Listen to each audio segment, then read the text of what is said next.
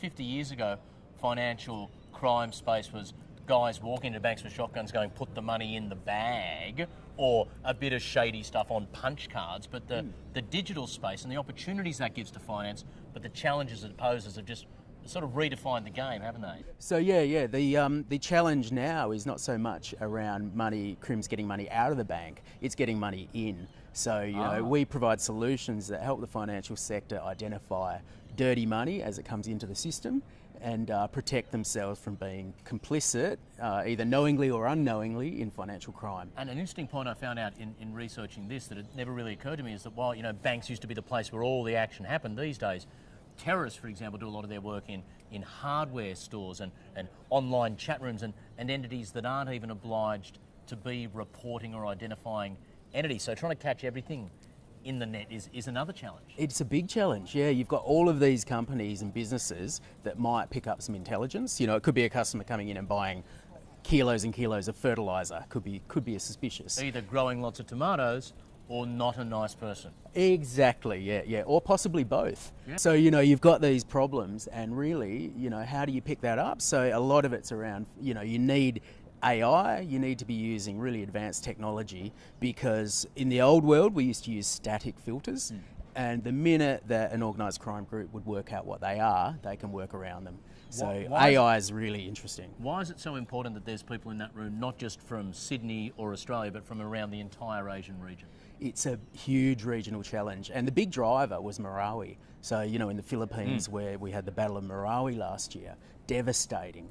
And that was basically Daesh getting broken up in the Middle East and then coming out into other regions. So, it's no longer a theoretical risk.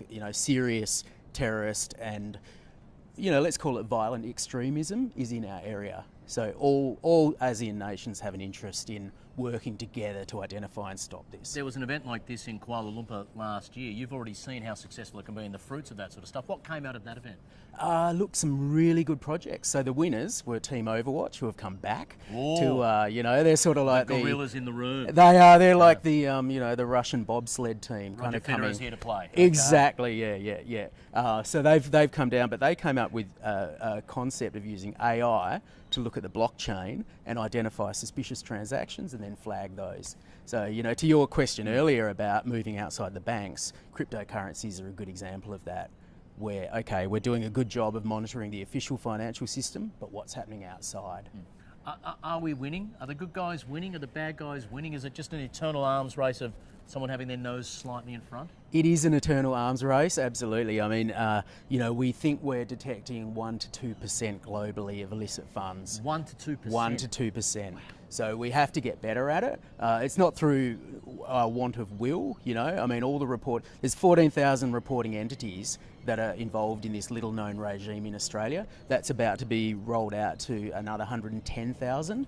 So we're getting the tools that we need, but right now, real estate agencies, for instance, lawyers and accountants aren't within the regime. So a lot of illicit money, you can imagine, moves through high value transactions like that. And do you have a property bubble here in Sydney at the moment by any chance? I'd like one. Our coders, our hackers, our innovators are doing 32 hours straight of solution solving. Are you in solidarity staying up for that full 32-hour stretch with them 3 till 5 o'clock tomorrow afternoon? Totally. You and I aren't sleeping. Yeah. You and I? Yeah. Oh, okay. Yeah. So I look forward to spending the next 32 hours with you in there on the floor and helping these guys to change the world, basically. So I really should have slept last night. Yeah. No one told me. Dr. Pepper. It's going to be a long day.